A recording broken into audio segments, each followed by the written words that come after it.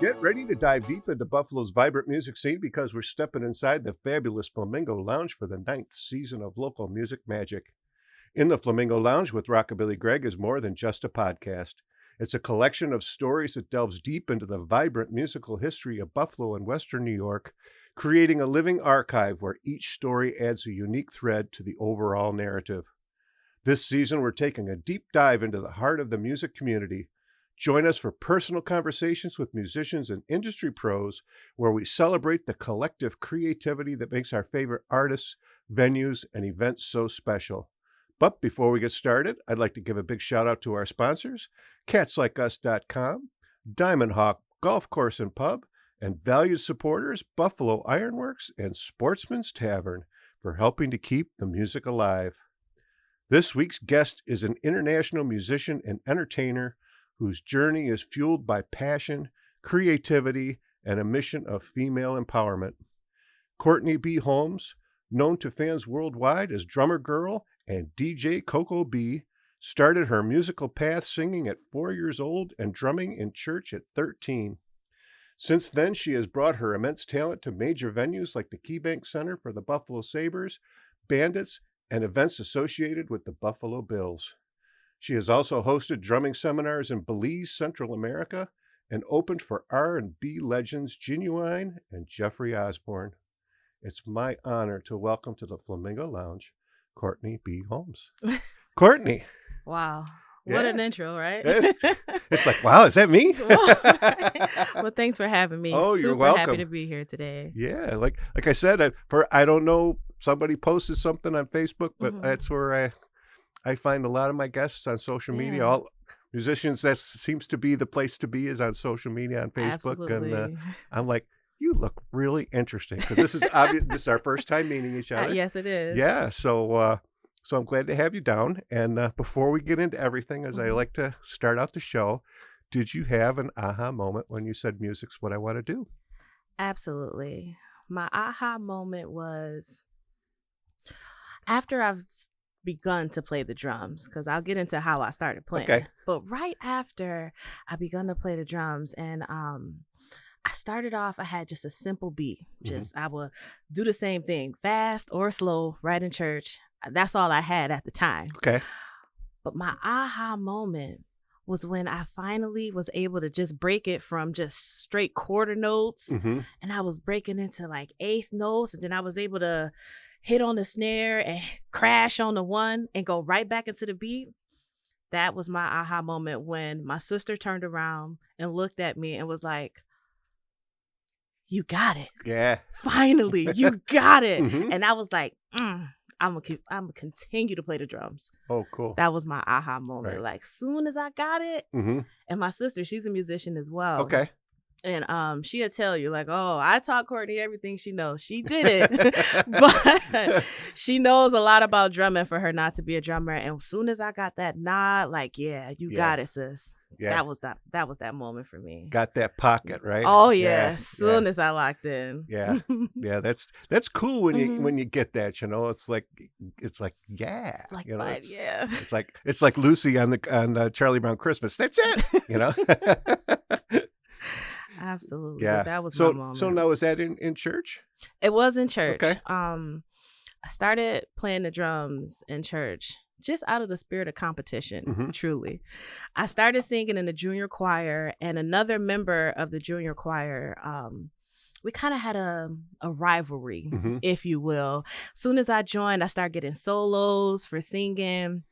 And naturally, it took away from the people who was already there and were singing a lot. So we just kind of had a rivalry about that. And she had tried to out-sing me or, you know, make funny faces as I'm singing or something like that. But when we moved from the junior choir to the youth and young adult choir, our new musician was like, does anybody know how to play an instrument? And she was talented. She knew how to play the keyboard. Okay. She went to performing arts. And I mean, she's an amazing person, amazing artist. But soon as she said, I know how to play the piano, I was like, she got me. Then I was like, well, I know how to play the drums. And I never played, never been on the drum set. I've always had rhythm and like knocking on the tables and stuff like that. And I dance and things like that. But Never got on the drums. Right. But since I said that, I had to back it up. Right. And then I just got on the drums at church, just at different choir rehearsals. Mm-hmm. I would go to extra ones, like with my mom, because she sang in the choir too. Mm-hmm. And as they're practicing their harmonies and everything, I'm on the drums, just trying to make it happen, just trying. Yeah. And my mom would be like, Courtney, just shh, calm down. Why we trying to do this? Mm-hmm. And I couldn't stop. And I wouldn't stop Right. until I got it. And Yeah. as soon as I started, I had that one beat. But once I was able to like break it down and make it feel good, Mm-hmm. that's when I knew There I you had go. it. So now you're all feel then? Are you like, are you trained like musically, like you can, read books, or is I it- can read music. Yes, I Okay. can. I was trained. At first, it was just by ear and just Mhm. by feeling. But once my parents saw that, oh, she's actually pretty good at this. Right. They Yeah. bought me a drum set, and I Okay. had music lessons at Villa Maria Mm-hmm. College. And I started to go. I went to like a music camp, Nathan Salter music camp, and it was a gospel music camp, and they were teaching us there our breakdowns, our rudiments. Like they taught me like the foundation. So I did have that early Okay. on, Right. but most of it is by feel and Yeah. just what I hear. Yeah. You gotta. Drumming's about feeling it, right? Oh, I mean, yeah. you have to. Yeah. And I've asked a lot of people, like, especially like I've sang with a, like a big band, and you've Mhm. got all these instruments playing, and they're all together. It's like, how do you like pull in that feel without? Because everybody that's playing in the orchestra or or the band, they have to follow the music, right? They Yeah. have to, but they still are putting their own little They're things in it, yeah. and and I Mhm. guess when the vocalist is out there doing, everyone kind of bring it down a kind of little gets bit. something. Yeah. And I'm going to ask you a question, because Sure. I've asked this while back, but in your opinion, what makes music swing?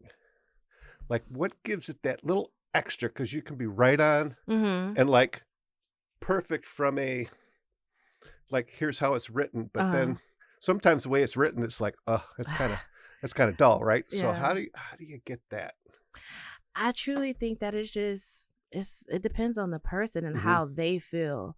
Cause truly, you can get a drummer and they can play the pocket or they can read the music, Mm-hmm. but they don't put no soul into it. Right. They don't put like a oomph, Mm-hmm. if you will. They don't put that Yeah. extra in it. And sometimes you don't even need all like the chops and everything like that. Right. But you can just put your feelings into it, put your soul in it. Mm-hmm. So I think it just depends on the person if they can truly express themselves and be themselves, because it's about expression. Right. Yeah. And that's, expression it portrays in how the audience receives what it is that you're playing. So I think it's more just Mm-hmm. depending on that person. You have to feel it within yourself in order for other people to feel it too. Right. Yeah. It's a whole other language. Right? Yeah. Yeah. Yeah. It's like speaking Spanish, right? But it's Yeah. I just I've mentioned this 1,000 times that Mhm. I tried drums and just was discouraged because I didn't like my band teacher in 6th grade. So I was, That's just because you didn't have me as a teacher. If No. you had me as a teacher, And you'd be pretty and good I by never now. got on a drum. Really? I was always on practice pad. Mm. Even when we were in practice, Mhm. during class, I never got on a drum. And I think that really, and I always loved, the timpani, that boom, boom. Oh, me too. Oh man, that Oh, just yeah. that gets to me, Yeah. You hear that big That big big crash and- boom. yeah. or like playing I don't know what piece it is, but like I just saw Sally and Deline at BPO playing. They did Sing Sing Sing, and that drum, Oh, that boom boom boom boom boom, yeah. at the beginning, that's just like wow, Yeah. It feels good. Yeah, but, it does. It feels really good, and when it's done, like you said, when it's done well, and Mhm. everyone's just like, yeah, you could just feel it's it. really cool when you can see a whole group of people. Mm-hmm. They're getting it right, and they're just Yeah. like, yeah, okay, Yeah, I can get down with that. I love when people are when the band are just at one with one another, Mhm. playing at one. And even though the guitarist may be doing a little lick here, and the singer, they may be doing a riff here or something like that, and the bass player is bending the strings and everything, and the drummer is just so tight.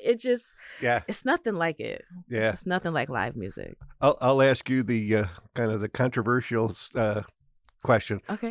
Who's running the band, the bass player or the drummer? The drummer. Drummer? Good answer. And yes, I am biased because I'm a drummer. But you're in the back too, right? So you're watching what everybody's doing, right? Absolutely. So it does kind of like it's almost like a reverse director, right? So you're keeping on and keeping everybody in time and in check. Yeah. Now also, are you following the vocalist or is the vocalist following the band? Because I've asked this question to my buddy all the time. Yeah. Who follows who? Because he plays the guitar. And I'm like, do I follow you? You know, if you screw up, do I have to be listening and wait? For me, it depends on the band. Like for one band I'm in, I play with I play like in a old school R&B funk band with DW Soul, and I play with musicians Colin Brodowski on bass, and I play with Mike Slomowitz on guitar, and Denzel DW, he's the leader. Denzel's the man. I like Denzel. Yeah, his charisma, just his stage presence, it's so demanding and commanding. Like, no, watch me, right, for everything. But in different bands, I just listen out for the bass because I'm gonna follow the bass line, right. But mostly, it's the singer, it's the band leader, right? Yeah. Yeah, because I know he says, well, because if I skip a whole verse, you guys got to be listening to what I'm doing, right?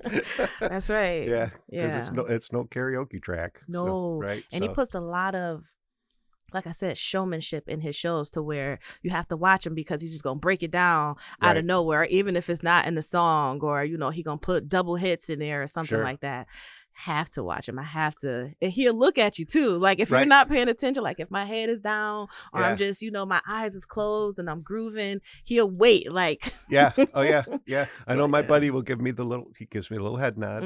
That I've sang with some other folks, and it's we've been singing together for over 20 years now, so we know each other's kind of cues, and you just get that, you're used to each other, and absolutely. when you're singing with someone you've never done before, it's like you're not. I'm like, all right, because like for me, I'm like, when do I come in? Yeah, because sometimes he'll do the intro twice as opposed to once, So it's like you just give, so he's like, just give you a little nod. Now I'm ready, because he might miss a note or something, and or miss something and go back and make it seem like it's all part of the show, but it's just and it's not a big like.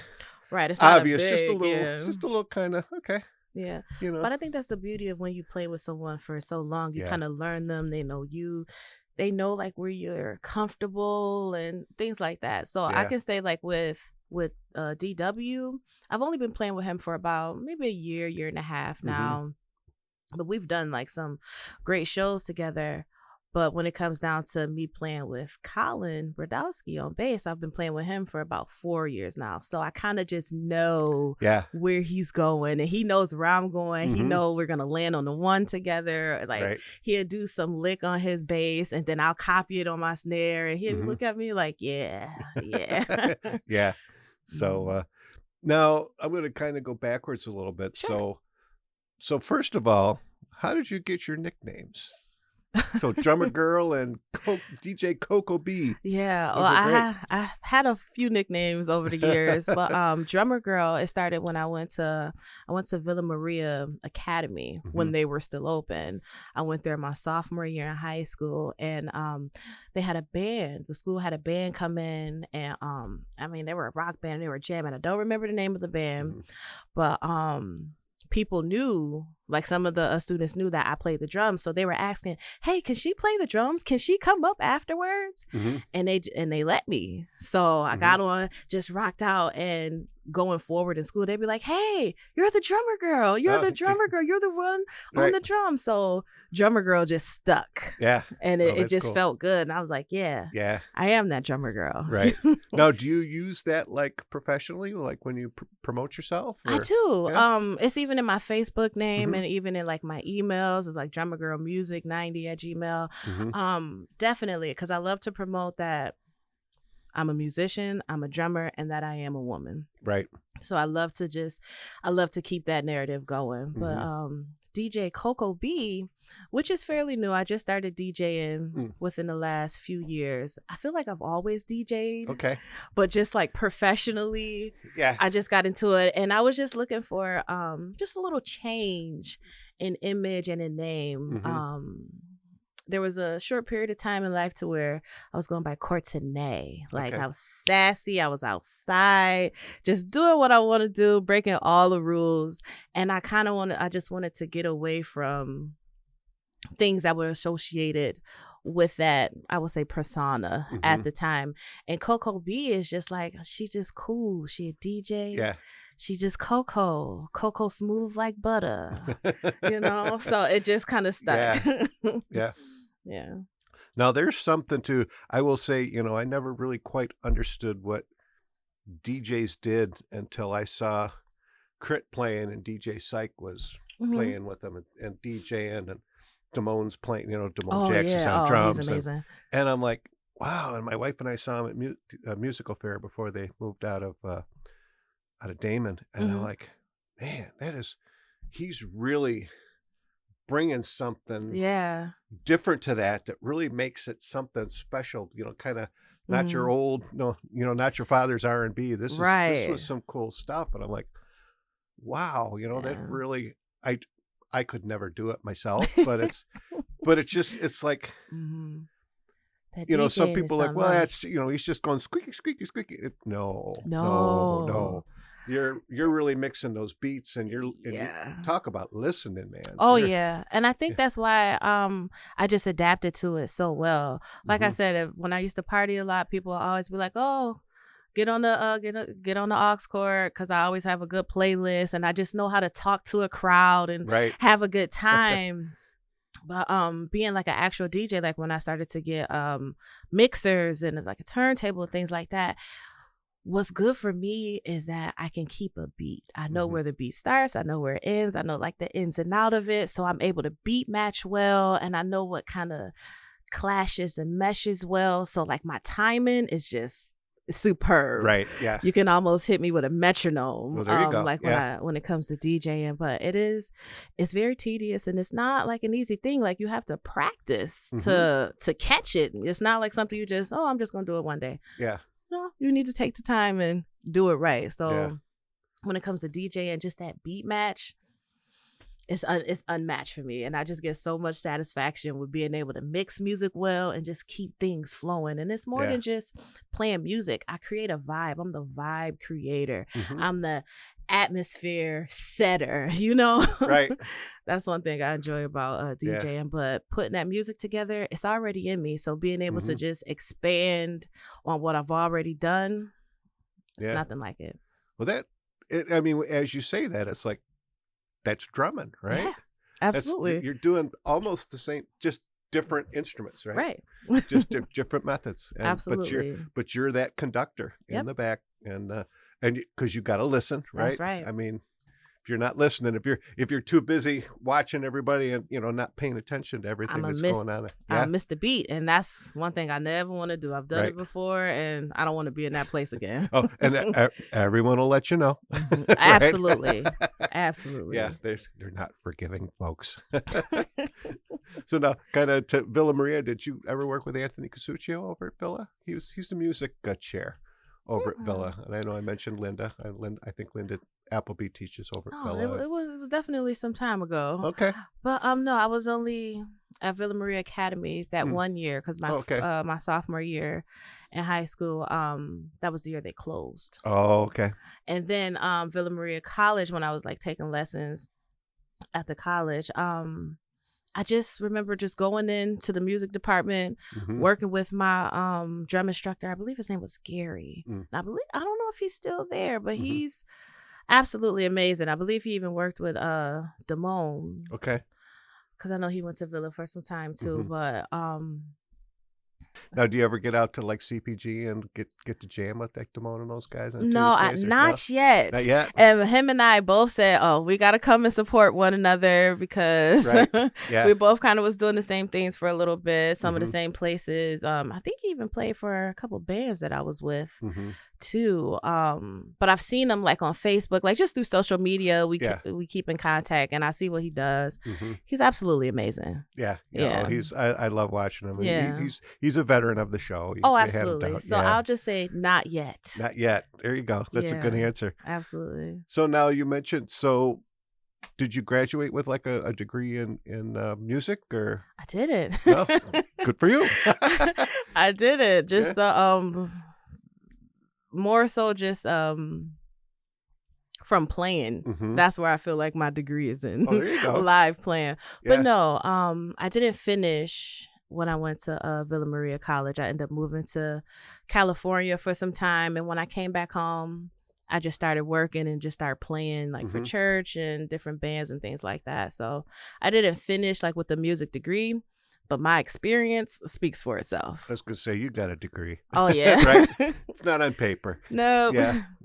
It's right here. It's right within. It's right. It's in it with that experience. So absolutely. Yeah. That's so now like post-college days and stuff, were you like actively seeking bands, or did people come out and find you, or people came up to find me? Right. Cool. Yeah. In church, I was definitely asked to play, and that's where I started. But I didn't start playing like secular music or like into the bars and like just on a different Buffalo scene. I didn't start that until I want to say 2016. Or so, and I was literally just at a bar hanging out with my family, and my mom, my biological mother, God rest her soul, she passed away in 2020. She just loves to talk about her children. She loves to talk about all their accomplishments. So she's at the bar just talking like, oh, my daughter plays the drums and she's so awesome. And there was a woman there who was listening like, oh, well, I'm in a female band and we're looking for a drummer. So my mom, pointed me out, and the woman approached me, and she was like, I hear you play the drums. So me just being a diva, I flipped my hair, turned around, and I was like, I do. Yeah. Yes, I do. And she was like, well, we're looking for a drummer. We have a drummer, but, we're looking for someone who can do more. Like, they had a great percussionist. She's a wonderful woman. She goes by the name Cookie in Buffalo. And I know she's played for like Unity Band before. Okay. So she's truly awesome. But they were looking for a little something more on the drum set. And I was like, yeah. So she told me the kind of music that they did. And I was like, oh, this is stuff I listen to. Right. Yeah, I can do that. So she told me to send me the music. I was like, well, listen, come to a practice. If you like it, you like it. If you don't, you don't. I went to practice, shut it down. Yeah. And everything. it was just everything was just uphill from there. I'm not gonna say downhill, but it was uphill from there. And I started playing, like I said, all female band. But we did have a hard time we didn't have a female bass player. And so we would feature like male bass players, but that's where I started. And my first show with them was at the Trough. Oh, nice. Opening up for Melissa Morgan. She used to work with Prince. So, yeah. That's awesome. Oh, yeah. Well, and of course, as I can tell, right, just talking to you, you got the confidence. And you got the swagger. Because you got to have that, right? Oh, yeah. I mean, someone else you can do it. You don't want to go, no. Like, yeah. Damn, I can do that. Yeah. Oh, absolutely. And that's what people like to. Of course, on stage too, people want to see. Yeah, you don't want to. You own it, man. Yeah. Right. Listen, you done worked all day. You done had a hard day at work. Your kids running around.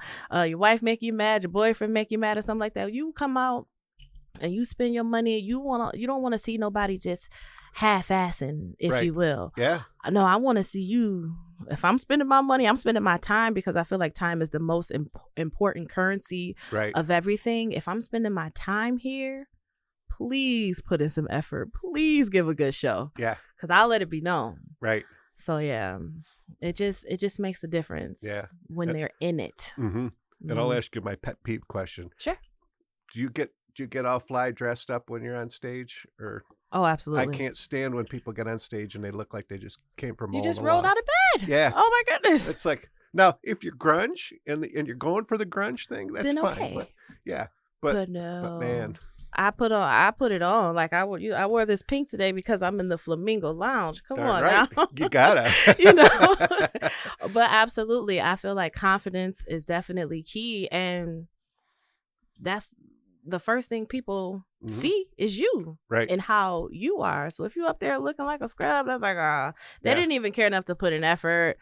So I don't even really want to pay attention. No, I think dressing for the occasion, like it just makes you feel lighter. Right. Me personally, I love looking good and smelling good. I just think it comes with being a show person. Yeah. Like I usually have to keep like my hair done or my nails done and stuff like that. I feel like personally I have to keep myself groomed because I never know what call I'm gonna get. Right. I'm already always booked, like just about every weekend. Oh, good for you. Like up until December, I'm booked. Oh, there you go. So it's like I have to stay ready so I don't have to get ready. Right. No, Yeah. that's it. And I was always taught that, like, when you walk off that stage Mm-hmm. and you're in the audience, people got to know, hey, you're that person on stage. Absolutely. You don't want to blend in. Right. You want to stand Gotta out. stand out. Absolutely. Unfortunately, the way I dress, I usually stand out anyway. Everyone's like, "Oh, you always look so good." And I'm like, Yeah, "Oh, you know, you fly. Your hair's Yeah. all nice. Your glasses are fly. I see that's you. right. I see Yeah, you. yeah. I saw the white at the top of those shoes too. Oh yeah, I peep you. I see you. Yeah. Mhm. You know, it's because when you look good, you feel good, Absolutely. right? And there is something to be said for that. Absolutely. And I think there's something, you know, like when I go to work, it's like, well, when my wife works for one of the colleges around town, Mhm. and of course during COVID she had to work remote. Yes. Mhm. So I told her, I says, here's what you need to do. Don't put on sweats and sit in front of your computer. Get up, take your shower, get ready for work, put your work clothes on. Absolutely. Even though it's here at the house, Mhm. do your work. And then at 5, then you get in your sweats. So that way there's a delineation between, Yes. and for some reason you have to, you know, now they work, you know, it's kind of a hybrid thing. So a couple of days they're working from home. I said, so if you have to leave the house too, to go do something or go into the office or whatever, Right. you're ready. You're already ready. You Yeah. know, and she's like, wow, you know, she said that was probably the best advice that she had, Absolutely. you know, because you also feel You feel that difference. that difference. Yeah, Absolutely. you definitely do. So Like I feel different walking out the house in sweatpants than walking out the house like this. You know, I may like this, I walk with my head held a little higher. mhm. And I'll tell you this, my mother I used to I would take her to the stores, you know, whatever shopping that she needed to do. She was very sick Mhm. towards the end of her life. And I remember I was taking her to Sam's Club just on I can't even remember what day of the week, but it wasn't a Sunday. I could tell you that much. And she had on slacks and a cashmere sweater and Michael Kors loafers with the matching purse and the sunglasses and the scarf. And I'm like, where are we going? Yeah. And like, I'm like, aren't we just going to the store?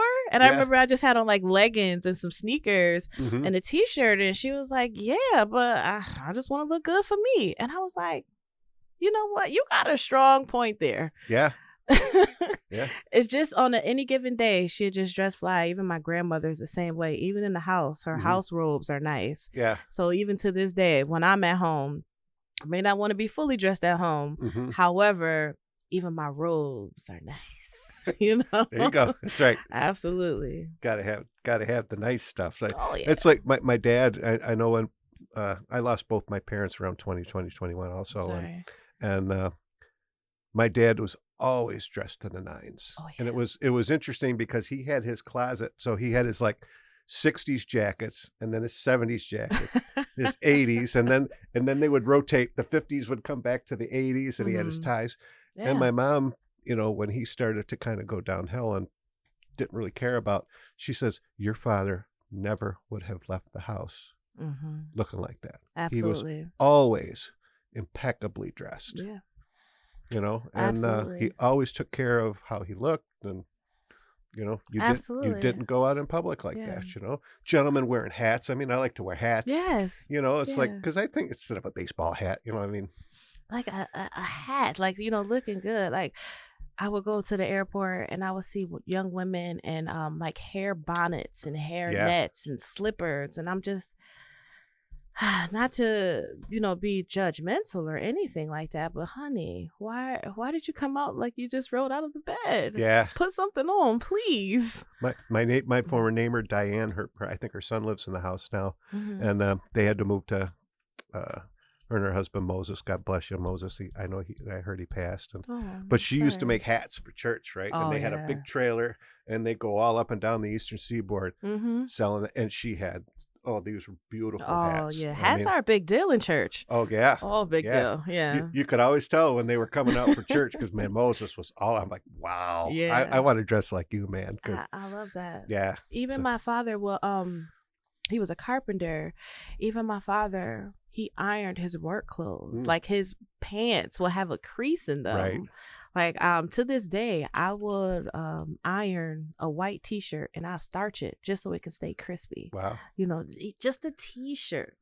So yeah, I do believe that image is Oh, that's great. it's important. Yeah. Yeah. So now you said you were gonna discuss how you got in drums. Was there more to get? No, it was just really just out of competition and me saying that I knew how to do something and I didn't. But I to this day I believe it's just a gift and it's an anointing that I have that I was blessed with, and it's changed my life ever since I said I know how to play the drums and didn't know how to play. Like, come on, like I went from saying I know how to play and didn't play a lick to opening up for Ginuwine or Jeffrey Osborne, Melissa Morgan, and like I said, just headlining and things that I never thought I'd be able to do. And sometimes you just have to speak things into existence. Speak it as though it is, as though it was. Right. And you just, manifest that, and it can truly change your life. Now, were all those local performances where you were open for those folks? Yeah, they were right here in Buffalo. Right here at it was like a University of Buffalo United Fest or something like that. United University Fest. So they had it right at the that city, I think it's City Campus. Okay. The one right across the street from Veterans Hospital. North or City, whichever one it is. Yeah, and they had it. It's a free show for the public, but they would bring big artists in, and they would have local bands and stuff like that open up for them. Yeah, and my band was chosen twice. Oh, there you go. Oh, good for you. Now, did Ginuwine and those folks come over and say, "Man, you had it"? No, I wish that they would have. He did run through the crowd, and I got a little close, but no, I wish. Yeah. Oh well. It'll but I know they heard me. I know you saw me. You heard me. Yeah. And that's how it worked. Yeah. I mentioned that I had Zuri down here, and I was kind of teasing her. Like, what did you put a video on YouTube and you became an overnight sensation, kind of like Justin Bieber or something? And she's like, well, she says, my mom did record everything I did and put it on YouTube. And there's a repeating theme here. Moms. I've talked to so many people, the moms behind everybody. I mean, there's always there's a strong mom. My mom, God bless her, she was right behind me too. Always. Because they can see what we can't see. Yes. They know the potential that we have. And sometimes we don't have that fire behind us. It's like, if you just do this, I'm telling you, you can do something more. So I think that's a wonderful driving force. Yeah. Because I was always kind of the, if you will, the odd duck. I grew up in small town. I grew up in Fredonia. So I was not quite that small town kid. I was always marching to a different drummer and doing different stuff. And mom was always right there. Yep. Right there. Let him be. Yeah, let him do his thing. Let him do his thing, and through theater. But it turns out that Zuri was discovered from one of those videos that mom posted. They were looking for a female bass player. Yeah, and it just goes like that. Yeah. And I'm like, okay, so you just ruined my whole point. That was you can't. It's hard work. She says, "Oh, I worked hard." Oh, absolutely. Oh, trust me, I worked hard. Right. Oh yeah. But I guess the bigger point though is you've got to put yourself out there, right? Yes. You just can't. Absolutely can't. Sometimes it don't just fall into your lap like how it did for me. Like I had to go. You had to go out. The after I was in that female band, I was with them for like 5-6 years or something like that. Afterwards, I just kind of took a break, especially after my mother passed away. I kind of just took a break from the music scene, and I was looking at my schedule like, wow, I really don't have any bookings. And my fiance was like, well, you haven't really been outside. We've been cooped up in the house with COVID in 2020. Right. So how would people even know? How would they know about you? Right. So I remember I was talking to one of my friends. His name is Alex Overton. He's a bass player here in Buffalo, and he has like a backline company, Kingsman. He's one of the guys to know music wise. Sure. Yeah. So he told me he had a show, and he was like, just come to my show, just come on down. And I went to the Tudor Lounge, and he was playing with JJ White. And I remember we just went in there, we saw them playing, we were just having a good time, my fiance and I. And this guy was like, can you sing? Come up on stage and just sing. And I was like, I backed away from singing a little bit. So I've been, drumming more. So I was like, no, I play the drums. And they was like, you play the drums? I'm like, yeah. So Alex got off the drums and he let me play. Like, he's a bass player, but he plays drums as well. But he let me play. And my fiance was recording it, and looking back at it, I saw right when I got the gig. I saw it in the musician's face. Right. Like, even though it was my friend's Alex gig, they wanted me to play. Right. And even before I accepted the gig, I talked to him about it. And I was like, well, they asked me, how do you feel about that? Because, that was still my friend. I didn't want to take anything away. However, I still need to look out for myself, and I want to play. And they're offering me jobs, they're offering me gigs, so I'm gonna take it. Yeah. And it's simply because I went out, I think it was like a St. Patrick's Day weekend, 2022, and I've been playing nonstop ever since. Oh, good for you. Now my books are just like, you have to book me in advance before I can agree to do something. So yeah, you really do have to put yourself out there. And my father was just talking to me last weekend, and he was saying to me, man, if I had your talent, I would post everything. I would be on live all the time. I'd just do everything. He was like, where are your skits? You're funny. Your personality. Where's your stuff? And I'm just like, I've been working a lot. I work a full-time job. I have a part-time job, and I gig just about every weekend, be it drums or DJing. So I haven't really taken the time to post more. But I'm telling you, some stuff that I have in my phone, you just crack up for days, or it'll make you fall in love, or it'll make you sad, make you happy, make you feel something. Yeah.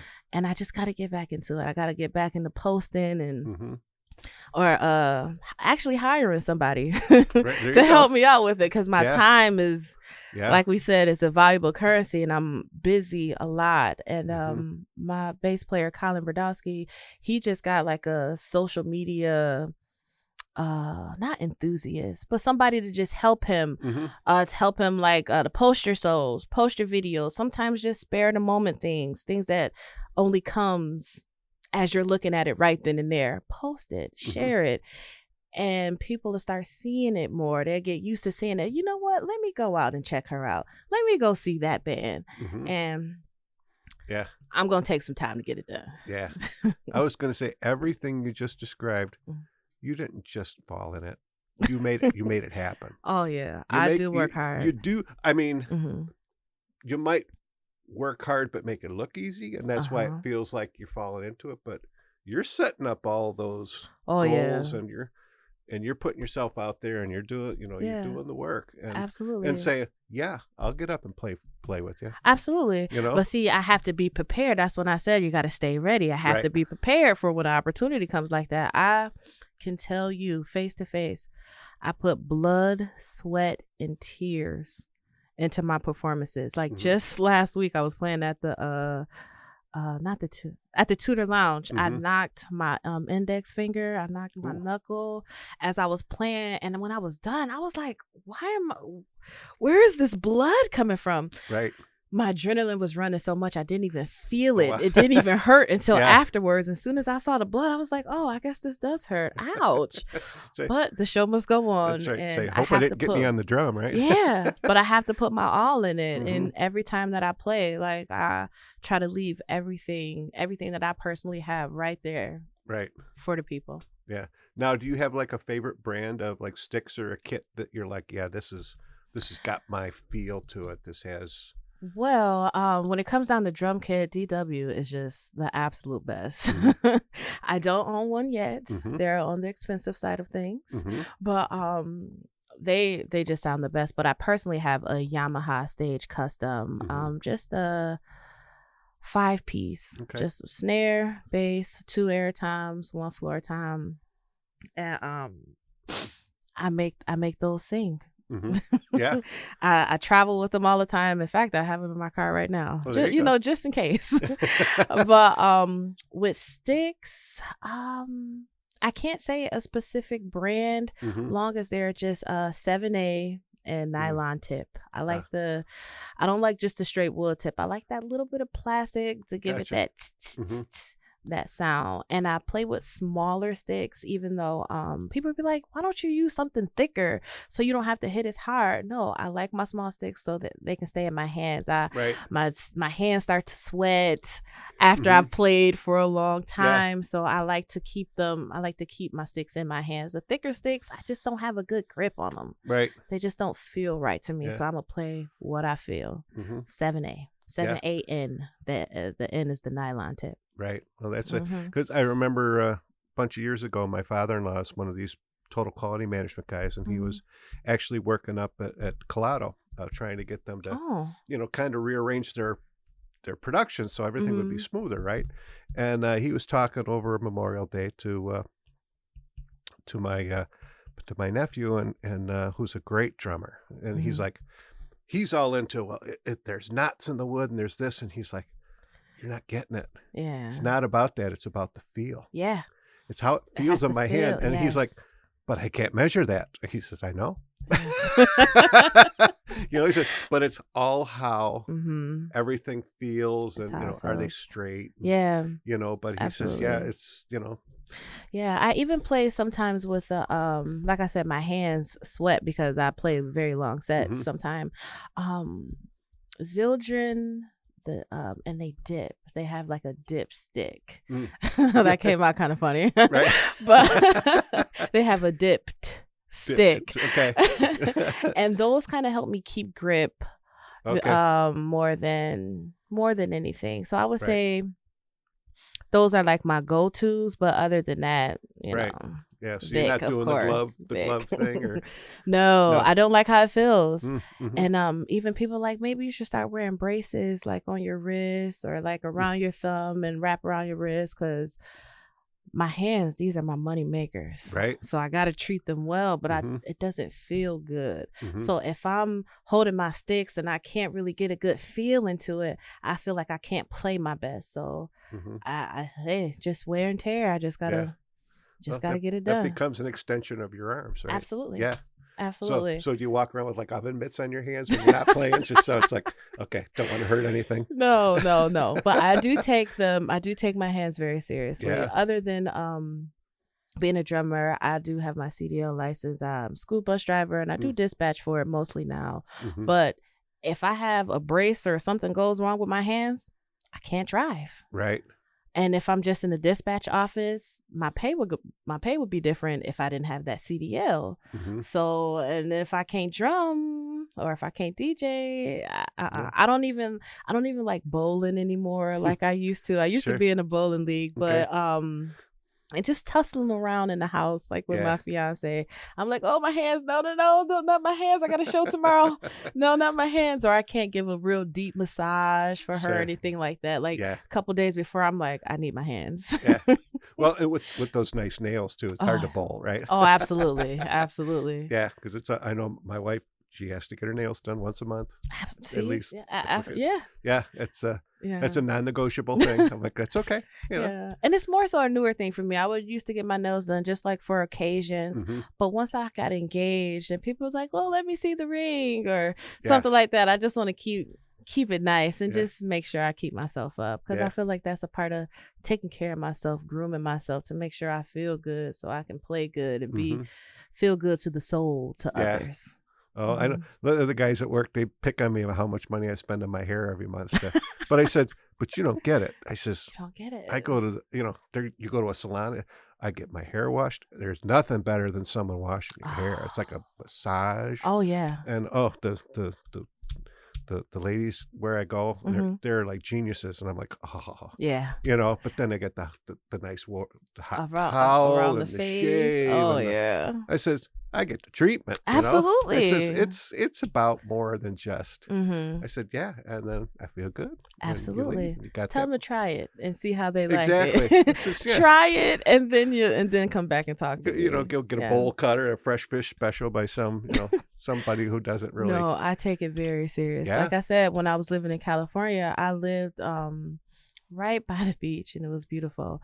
I worked in a hair salon. So just learning a different trade, learning how to do extensions and not just like our regular, like just braids or sew-ins or something like that. Like actual fusion. And I was learning how to do like perms and relaxers. It just helped me keep that.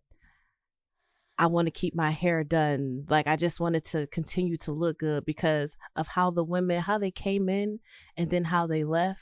Yeah. Or it's like their spirit just felt lighter. Like, oh, I'm back to me. Like I've traveled from Buffalo all the way back to San Diego just to get my hair done and come all the way back. Or my aunt would come from San Diego to do my hair here. Even now, my fiance's sister, she does my hair from time to time. She comes in from Cleveland. Wow. Like, oh yeah, well, I'll be there this weekend. Well, we'll get your hair done and da da da da. Yes.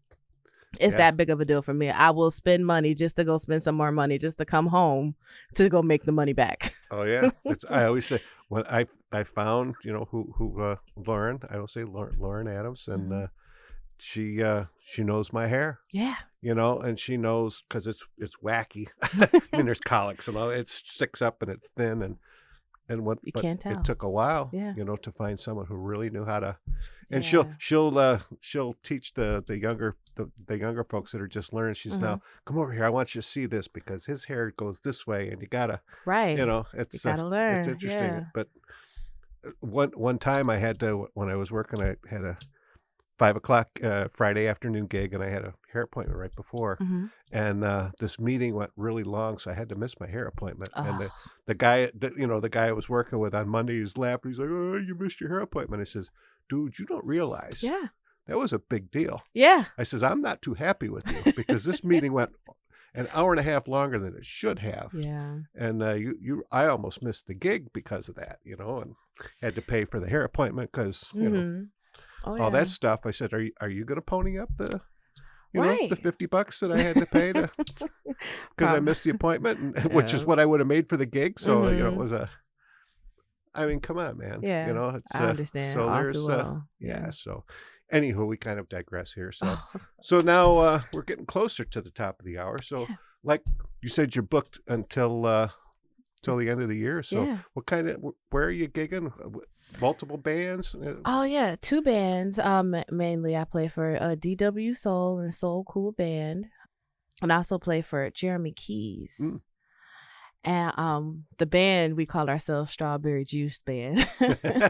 But I play with them, and when I say both of those bands keep me very, very busy. Like I play at I have quite a few coming up with the Niagara Falls Casino at the Stir, Salamanca Casino. I forget the name of like their actual bar and stage, but out in Salamanca, like even 4th of July. Things that's going on. I'm booked that whole weekend. I'm doing the State Fair with Jeremy Keys. I play at Talties. Oh, okay. On South Park. I play there twice a month. We have a residency there with both of the bands that I play for. Oh, cool. Every third Friday is Jeremy Keys, and every third Saturday I'm there with DW Soul. So you get like a double header. So if you want some blues, come that Friday. But if you want a little funk and soul, you come Saturdays. But just like with parties, birthday parties, just events. For the rest of the year, I'm pretty much I'm pretty much done. Yeah. So now kind of going in and out of like between blues and soul and stuff like that. How do you like adjust for that? I mean, it's because there's different feel, different rhythms, right? It's like I just find feel yourself it. kind of Just to sum that up, I just feel it. Sometimes with the blues, it causes me to be, especially like with a slower blues song, it causes me to be a little more laid back. But it doesn't mean I give less on the drums. I still put intensity and I put feeling with every hit that I make. I just play according to what the song requires. I play according to what the crowd requires. I don't approach it any differently. I play what's supposed to be played at that time, and for me that's really it. But I don't approach it any different. I listen to the music beforehand. I practice the music. I practice before we have a rehearsal, just so I can know what I'm doing. So I don't approach any bit of music, even when I play gospel music, like at church. I don't approach it different. I just I listen to the music, I practice it, and I perform it. Right. Plain and simple. I was going to say, playing in church has to be a little bit different too, right? Because you're playing for a different audience, right? You're playing for a higher audience. Absolutely. Ultimately, right? So it's kind of like, you don't want to be grandstanding, but you want to put yourself out there still. So there's I think there would have to be a definitely a balance, right? Yeah. Definitely a balance. I never play to try to outshine someone else in my band. I never like try to put myself up or anything. I try to I'm actually more of a great pocket player. Like if you listen to people talk about how I play, Courtney gonna keep a pocket. She gonna keep that pocket tight. So but playing for church, it's just more so you get a bit of everything in church. Sometimes you'll get a bluesy song or a slow ballad type song or a fast song to where everything is really fast. So I just approach it like I approach anything. I play what's given to me at the time, and I play according to what is needed. Yeah. Yeah. What church do you normally play at? I used to play for I started at New Hope Baptist Church, and then I played for Greater Love Fellowship. But Greater Love Fellowship just recently closed within the last couple years. Like after COVID, it really didn't sustain. So I'm not playing for a church now, but I am open for one. There you go. Everybody hear I that. am That's available right. Sunday mornings. That's a one availability I do have. Right. So but those were the two main churches that I played for. Oh, that's fantastic. So gospel too is something that you feel. Oh yeah. I mean, I always say too, and there's a difference between contemporary Christian music and gospel. Absolutely. Gospels to me has the feel. Contemporary Christians, nice music. I mean, I don't want to knock anybody, and like I said, I like to keep things positive, but gospel just has something that gets into you. You know? And it sticks. It gets into the soul, and it just sticks to your bones. And for me, it's old school gospel. Like that's how I came up, and that's what I connect to the most. And I do listen to some newer gospel artists and some of the newer gospel songs, but people be like, "Oh, you know this song? Oh, can you play this?" I'm like, I don't know that one. Yeah. You kind of got to send that to me beforehand. Right. But that old school gospel, it just feels like sometimes I can listen to it and I just cry. Yeah. And not because I'm sad or because I'm angry, but just because it makes me feel. Yeah. And I feel like some music, it just lost its feeling. A lot of things are just programmed, and it's like, nothing, not a knock against AI or anything like that, and they can really build songs and music, no problem, but it loses that human gut, because that they're gonna it's gonna play the song solid how it's written, right? AI or machines and stuff like that.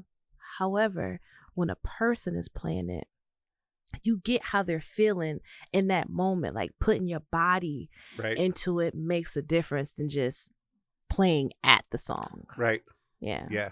You hold a note just a little extra longer, right? You can do that slide or something like that, or just little accents, little nuances that make live music worthwhile. Right. Yeah. And I don't think I'll ever get tired of that. Right. We kind of mentioned it at the top, like with the swings, and it's just, you can play those notes, right? And it sounds too perfect. Yeah. It's like, no, I want to hear some mistakes. I want to Yeah. hear I wanna- somebody really get into it. I Yeah. want to hear that. I want to hear that. I want to hear how you feel. Right. Yeah, Truly. speak to me, right? Yeah. Yeah. Oh, Especially when man. you're in church, right? Oh, yeah. Yeah, you got to speak to the audience. And, Absolutely. you know, and Yeah, that's, you want them to feel it. You want them to feel conviction. You want them to Mhm. feel what they was doing wrong or sorry for what they did and just asking for forgiveness. You want them to feel. Mhm. And if it's just robotic, yeah, I'm not feeling nothing. I hear Right. it yeah, and it sounds pleasant, right. but does it touch the heart? hmm Yeah. Who's your go-to gospel artist? Go-to gospel, Kurt Franklin. Mhm. I love just old school Kurt Franklin. Yeah. Yeah. Yeah. He's, It's pretty amazing. yeah. Yeah, and I like Yolanda Adams and Tamala Mann. Those are like some of my go-to. Like if Right. if I just need a pick me up or something like that, I'll listen to one of their songs. Right. Mm-hmm. Yeah. Yeah. It is good stuff. Oh, so, yeah. Yeah. I got to get more in my collection, but I'm running out of room. Oh So, yeah, I can see. Oh man, it's quite amazing So, in here. I mean, I do, as you noticed, I'm an Elvis fan, and Uh-huh. Elvis gospel though, man, He had gospel? oh yeah. What? He only ever won Grammys for his gospel music. I gotta He do was some homework. He was a big gospel guy. After his shows, he would stay up all night singing gospel music with his band. Well, amen. Yeah. He was really very. That's I mean, awesome. all those old quartets. I mean, all of his backup groups, the Jordanaires, the Sweet Inspirations, J.D. Sumner, and the Stamps Quartet. They were all gospel bands. Well, you learn something new every day. Yeah. So, and yeah, he won 3 Grammys in his lifetime, and they were all for gospel. Think How Great Thou Art was his first. I love that song. Yeah, and boy, oh man, yeah, I used to love singing that in church, and I didn't really have to play too much drums to it, just some cymbals and some crashes and splashes here, but love that song. Yeah, you could, because you feel can it. you can feel that one big time. Just the words and everything just really can, Amazing Grace. I mean, some of the, some of the good old, the oldies but the goodies, right? Absolutely, they'll never die. Yeah. Those songs will you never hear die. someone really put themselves into those songs. You're like, yeah. You're like, you just took me to church, right? Absolutely, so, yeah. It's really cool. Well, Courtney, man, we're almost at the top of the hour. Okay. It always goes quick. And it's it always does. fun. Like, wow. It's been a pleasure talking to you. Well, it was a pleasure being here, truly. So much fun to get down here. We'll have I'll have some links on my website so people can find out where you're playing. Okay. To your social. Do you have a website? I do. Okay. But obviously it's not updated. It is something that's clickable, but you know what? When you put your links up for this, I'll have it updated. There you go. And, so people be able to click then. And of course your socials will probably be more up to date. Oh yeah, for sure. Yeah, and the standards like Instagram and Facebook and all that. Yeah, Facebook, Courtney DrummerGurl Holmes. On Instagram, CoCo B DrummerGurl. Okay. And on TikTok, co_B_. So CoCo B, just an underscore. Just lots of underscores, no spaces, just no underscores. Spaces. There you go. Absolutely, you can find me there. Oh, that's great. Well, again, Courtney, I can't thank you enough for coming down here and sharing. It's been a pleasure. It's been wonderful meeting you and talking to you. And I can feel it over here. The energy is great. Thank you so much. So, and for everyone who's tuned in, we hope you had just as much fun as we have.